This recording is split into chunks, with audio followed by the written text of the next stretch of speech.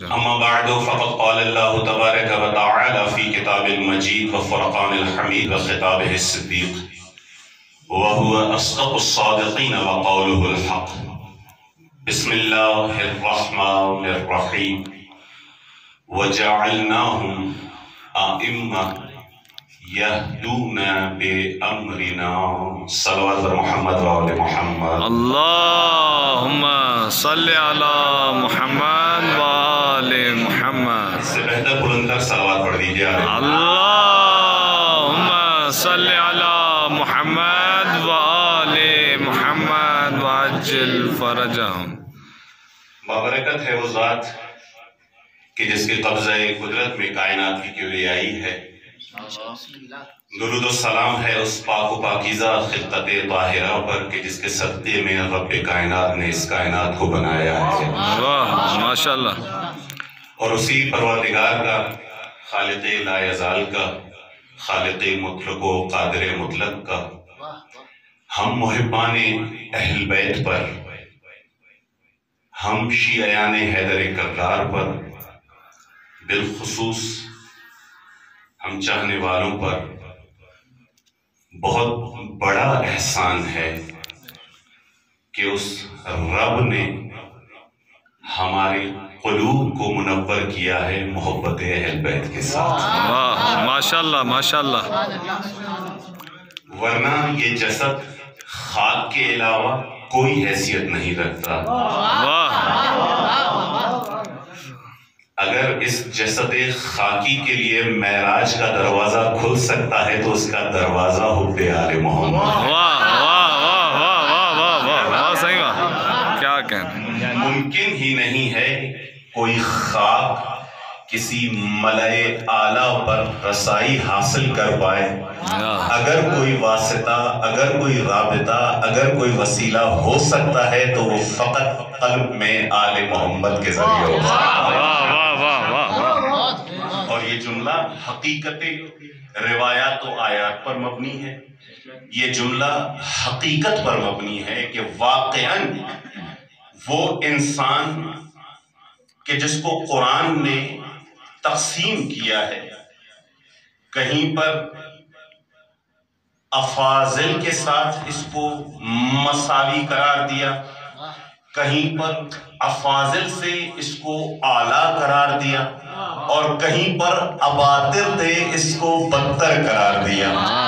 اگر اس تقسیم کا معیار دیکھ لیں اور اس حقیقت کو پا لیں تو اگر اس جسد خاکی میں محبت کی ملاوٹ نہیں ہے تو وہ ابتر سے بھی ابتر ہے، اور اگر اسی جسد خاکی میں محبت اہل بیت کی ملاوٹ ہے تو وہ افاضل سے بھی افضل ہے. معیار یہی ہے. چاہے آپ اول آدم ابو البشر سے لے کر آخر انسان تک لے لیں، معیار یہی ہے. وہ ذات کہ اس کو میں منسوس بھی کرتا چلوں کہ ہم طلاب کی محفل ہے یہاں پر، کہ جس نے انسان کو اپنے لیے بنایا ہے اور یہ کہہ کر بنایا ہے کہ تم اس خاک میں رہ رہے ہو لیکن تمہارا ہدف، تمہارا مطلوب، تمہارا مرکز نظر ملائے اعلیٰ ہے. تو خاکی اپنی خاک کی وسعتوں میں رہ کر تو وسعت تک پا نہیں سکتا. خاکی اگر اپنی خاک کی حدود میں محدود و منحصر ہو کر اس ملائے اعلیٰ تک رسائی حاصل کر نہیں پاتا. یا اللہ اگر مجھے یہیں پیدا کرنا تھا تو وہاں کے لیے بنایا ہے تو یہاں کیوں بھیجا؟ اگر یہاں کے لیے بنایا ہے تو وہاں بلا کیوں رہے ہو؟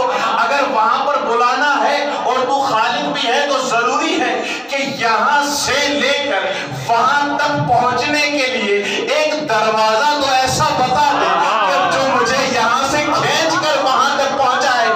میں خالق ہوں، میری خلقت کا یہ تقاضا ہے کہ میں تمہیں ہدف اور بیہودہ خلق نہ کروں. میں نے تمہیں وہاں تک پہنچنے کے لیے اگر خلق کیا ہے تو وہ دروازہ بھی بتایا ہے کہ جہاں سے گزرتے ہوئے تم مجھ تک پہنچ سکتے ہو. یا اللہ کیا ہے وہ دروازہ؟ کہا میں نے ایسے دروازے بنائے ہیں کہ جب بھی کوئی خاکی انسان اپنی خاک کو اپنے دامن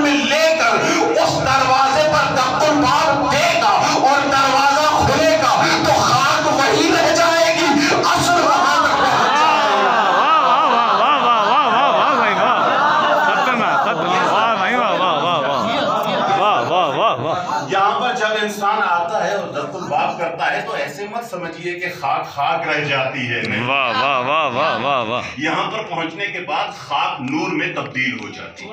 جیو اس دروازے پر دخل بعد کے بعد خاک کا مزاج نوری ہو جاتا ہے۔ واہ واہ واہ، حقیقت ہے، شیعتنا خلقوا من فاضل طینتنا، ہمارے شیعہ جو ہیں یہ ہماری ہوئی بچی ہوئی مٹی سے خلق شدہ ہے، یعنی یہ وہ مرحلہ ہے کہ جہاں پر خاک نور میں تبدیل ہو۔ واہ واہ واہ، خاک کو نوری بنانے کے لیے اگر کوئی قوت بروئے کار ہے تو وہ فقط آل محمد ہے۔ واہ صحیح، واہ حقیقت ہے، یہ جو جشن آپ نے رکھا ہے، اگرچہ مجھ سے بہتر یہاں پر موجود ہیں، آپ کے درمیان میں موجود ہیں، آپ کا میں شکر گزار بھی ہوں کہ آپ نے یہاں مجھے اپنی زیارت کے لیے ایک موقع فراہم کیا کہ میں آؤں اور آپ کی زیارت کروں۔ آپ مجھ سے بہتر یہاں پر تشریف فرما ہے۔ کچھ عرائض ماہ شعبان کے حوالے سے آپ کی بارگاہ میں عرض کرنا چاہتا ہوں، جس طرح ابھی تک ہیں میرے ساتھ، انشاءاللہ یہ سلسلہ آگے تک بھی بڑھتا رہے گا۔ ایک بھرپور صلوات کا سہارا دے دیجیے اللہم صلی علی محمد و آل محمد وعجل فرجہم۔ جعلناہم ائمۃ یہدون بامرنا، وہ دروازہ کہ جو خاک کو نور میں تبدیل کرتا ہے وہ ائمہ کا دروازہ ہے۔ اس لیے مجھے سفر ذرا آگے طے کرنا ہے تو اس لفظ پر زیادہ رک نہیں رہا ہوں کہ آپ مجھ سے بہتر جاننے والے یہاں پر تشریف فرما ہے۔ ہم نے ان کو امام بنا کے بھیجا ہے جو ہمارے امر سے ہی ہدایت کرتے ہیں، اور اس ہدایت کا نتیجہ یہ نکلتا ہے کہ یہ خاک نور میں تبدیل ہو جاتا ہے۔ اس ہدایت کا نتیجہ یہ نکلتا ہے کہ یہ موت حیات میں تبدیل ہو جاتی ہے۔ اس ہدایت کا نتیجہ یہ نکلتا ہے کہ یہ فنا بقا میں تبدیل ہو جاتی ہے۔ واہ صحیح میں، جعلناہم ائمۃ یہدون بامرنا، ہمارے امر سے ہدایت کرتے ہیں۔ واہ ہمارا امر ہے کہ جو ان کے ہاتھ میں ہے۔ آیات کو ذرا اس سلسلے کو ملائیے گا، یہ کون سے امر سے ہدایت کرتے ہیں؟ اللہ اکبر، زمانے اس محال مادہ کا کچھ تقاضا ایسا ہے، ورنہ اس امر کی قوت سننا پسند کریں گے آپ؟ یہ مادیات کا تقاضا ہے کہ پہلے یہ ہونا ہے، پھر یہ ہونا ہے، پھر یہ ہونا ہے۔ ہم جو زمان میں گھرے ہوئے ہیں، ہم جو مکان میں گھرے ہوئے ہیں، ہم جو مادیات میں اٹے ہوئے ہیں، ہمارا کام علتوں کا محتاج ہے، یہ ہوگا تو وہ ہوگا، یہ ہوگا تو وہ ہوگا، یہ ہوگا وہ تو ہوگا۔ لیکن جو امر ان کے ہاتھ میں ہے، اگر ان کی طرف نگاہ کی جائے تو اس امر کی صورتحال کچھ یہ ہے کہ اس امر کا فائدہ، اس امر کا معراج، اس امر کا نتیجہ یہ ہے کہ جو امر ان کے ہاتھ میں ہے اس سے یہ چیزیں کچھ اس طرح کے سے ثابت ہوتی ہیں کہ سبحان الذی بیدہ ملکوت کل شیء، وہی ذات ہے کہ جس کے ہاتھ میں ملکوت سماوات والارض ہے، امر اس کا ہے، اور یہ اس امر سے ہدایت کرتے ہیں۔ تو اس امر کا تقاضا کیا ہے؟ اس امر کا تقاضا یہ ہے کہ اس امر میں یہ قوت ہے کہ اذا قال، اس امر کی قوت یہ ہے کہ جب بھی اس زبان سے یہ امر صادر ہو تو یہاں پر علتیں ضرورکار نہیں ہیں، بلکہ اذا قال، جب بھی یہ کسی چیز کو کہتا ہے کون سیکون، یا مادہ اس کی تاخیر کو روک نہیں سکتا ہے۔ اس امر کا تقاضا یہ ہے کہ زبان سے جیسے ہی کوئی بات نکلے، نتیجے میں امتثال ایسا ہو کہ جیسے یہ چاہتے ہیں۔